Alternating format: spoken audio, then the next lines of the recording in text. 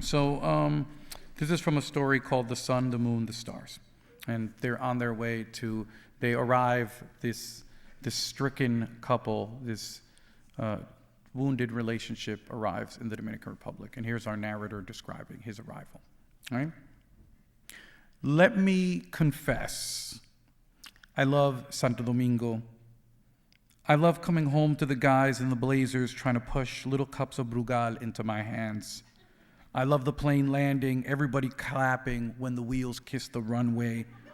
I love the fact that I'm the only nigger on board without a Cuban link or a flapjack of makeup on my face. I love the redhead woman on her way to meet the daughter she has not seen in 11 years, the gifts she holds on her laps like the bones of a saint. Mi hija, the woman whispers, has tetas now.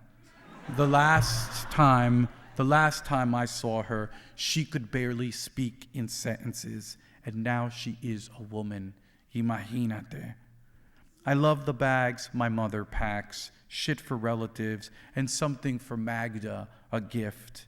You give this to her, my mother says, no matter what happens between you two. If this were another kind of story, I would tell you about the sea, what it looks like when it's been forced into the sky through a blowhole, how when I'm driving in from the airport and see it like this, like shredded silver, I know that I am home for real. And I would tell you about how many poor motherfuckers there are, more albinos, more cross-eyed niggers, more tigres than you'll ever see in your whole life. And I would tell you about the traffic, the entire history of late 20th century automobiles swarming across every flat stretch of ground, a cosmology of battered cars, battered motorcycles, battered trucks, and battered buses, and an equal number of repair shops run by any fool with a wrench. And I would tell you about the shanties and our no running water faucets and the Sambos on the billboards, and the fact that my family home comes equipped with the ever-reliable latrine. And I would tell you about my abuelo and his campo hands, and how unhappy he is that I am not sticking around for longer. And I would tell you about the street where I was born, Calle 21, how it hasn't yet decided if it wants to be a slum or not, and how it has been in this state of indecision for years.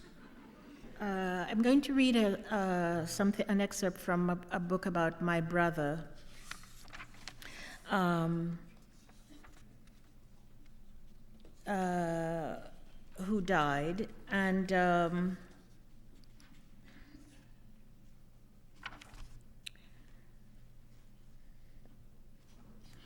I'll read you a piece, a section of his death. And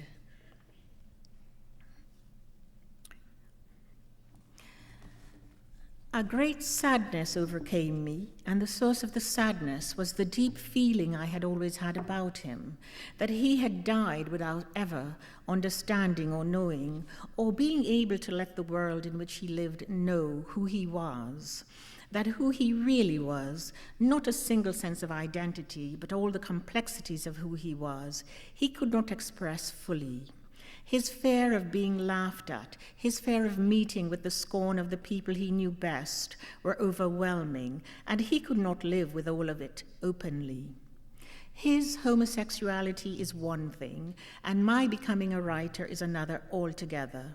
But this truth is not lost to me. I could not have become a writer while living among the people I knew best. I could not have become myself while living among the people I knew best. And I only knew them best because I was from them, of them, and so often felt I was them, and they are the people who ought to have loved me best in the whole world, the people who should have made me feel that the love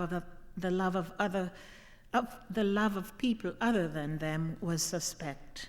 And his life unfolded before me not like a map just found or a piece of old paper just found.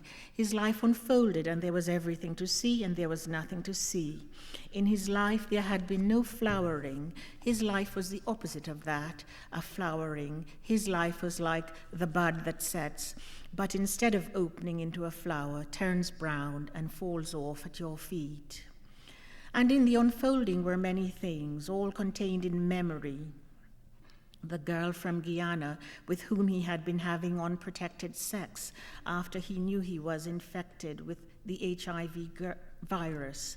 The girl, another one altogether, who saw him sunning himself on the veranda of the hospital that first time when he had been seriously ill, and the doctors thought he would be dead in 3 days. She had known him very well. She had been used to being seduced by him in one way or another. But when she saw him so thin in the hospital, so weak, my brother could tell that she had heard the rumors about him. They were true, but he could not admit it to himself then, and she was not really sure. And the way she distanced herself from him caused him great pain. He was dying and should have been beyond that, but dying was very new to him then. And the flirting with the nurses in Dr. Ramsey's office who knew of his situation, and he knew that they knew of his situation, and so their scorn, they did not hide it, must have been especially painful, but I did not know. He could not. I could now see. Let me know.